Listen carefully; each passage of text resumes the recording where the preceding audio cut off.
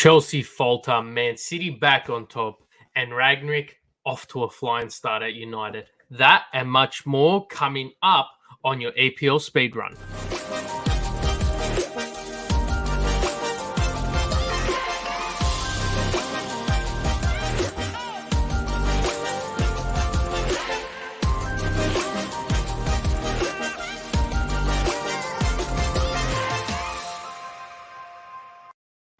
Hi, my name is Bruno. This is your EPL speed run for football worldwide. Guys, before we get into it, don't forget to like and subscribe to keep up to date with our ever-flowing range of content covering Europe's top 5 leagues. But let's get straight into it. Chelsea, they have handed their second loss of the season. They started the week in first place. They finished the week in third place. What does that mean? Well, Silva got the game off to a great start, scoring on the half-hour mark where he was unmarked in a corner. It was phenomenal. And then he went on to provide one of the most amazing saves of the season, clearing West Ham off while Chelsea was still up 1-0. But Jorginho costing Chelsea again.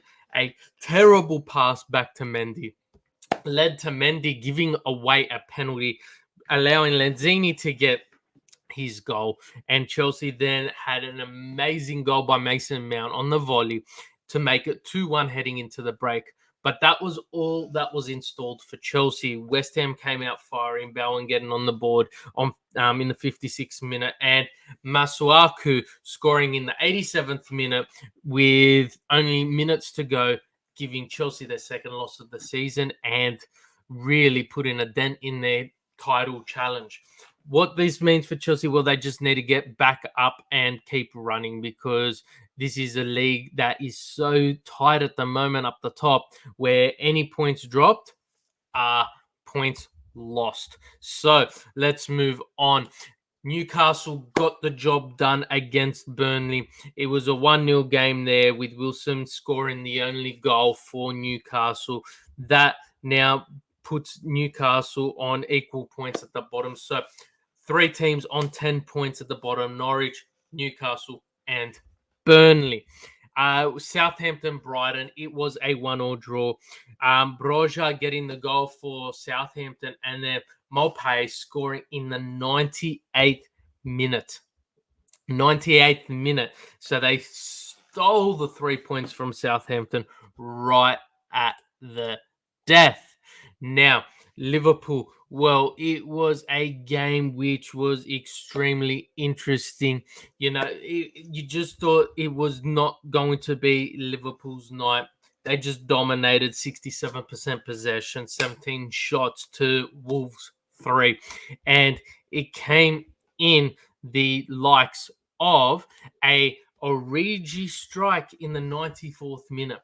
Now, that was probably the last kick of the game. There was only 5 minutes extra added, and the 3 points there keep Liverpool within touching distance of City, 1 point behind in second place. But that was probably they went into that end of that weekend from third into second. Sorry, I'm losing my tongue there. As we move on, Ranieri's men hosted Manchester City, and the game started on fire. Straight out of the get-go, they were on the back foot, Watford. Sterling scoring in the 4th minute, really taking it to Watford.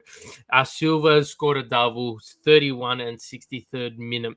And Watford got a consolation goal in the 74th minute, but it was a little too late for them there. City is now in first place, and we all know what happens when City do move to first place. They just do not budge. With a dead rubber in their Champions League this week, they can really start to look forward to focus on what is to come in the Premier League, where they will face Wolves at home in their next fixture there.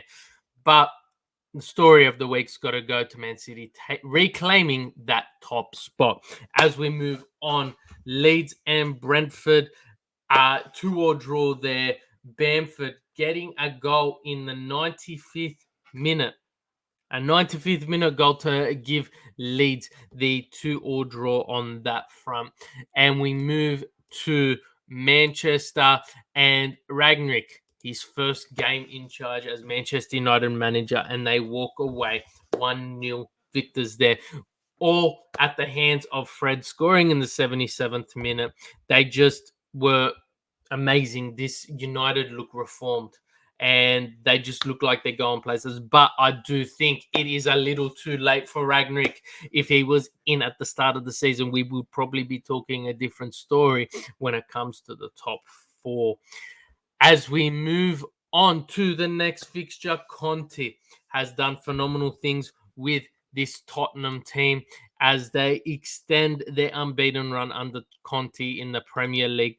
Now, it was an amazing goal from Moura, Sanchez, and Son also getting on the board in what was a 3-0 win. But the score does not tell the narrative of the story. It was actually a lot closer than this. Pookie, he missed a couple of amazing chances. Lloris was on absolute fire for this fixture, and little can be said where I really do think the scoreline does not reflect what Norwich actually offered when it came to their fixture against Tottenham.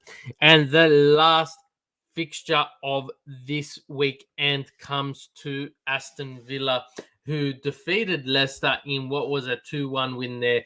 Konsa scoring in the 17th and 54th minute after going behind 1-0. Gerard's man just got the job done. There was a goal ruled out for a foul in the lead-up play for Aston as well. We do have one more fixture left, and that is Everton-Arsenal. We will be covering that in our European Weekly Catch-Up segment. So, guys, make sure you keep an eye out for that. Don't forget Everything EPL, hosted by Mo. Serie A Roundtable, hosted by Anthony. European Weekly Catch-Up, hosted by Jonathan and myself, as well as our Champions League show, which will be coming to you this week as we finalize the final teams for the round of 16. And, guys, don't forget to check out Owen and Tim. They had an amazing episode of The Conversation Starter, which features the top 10 greatest modern-day players.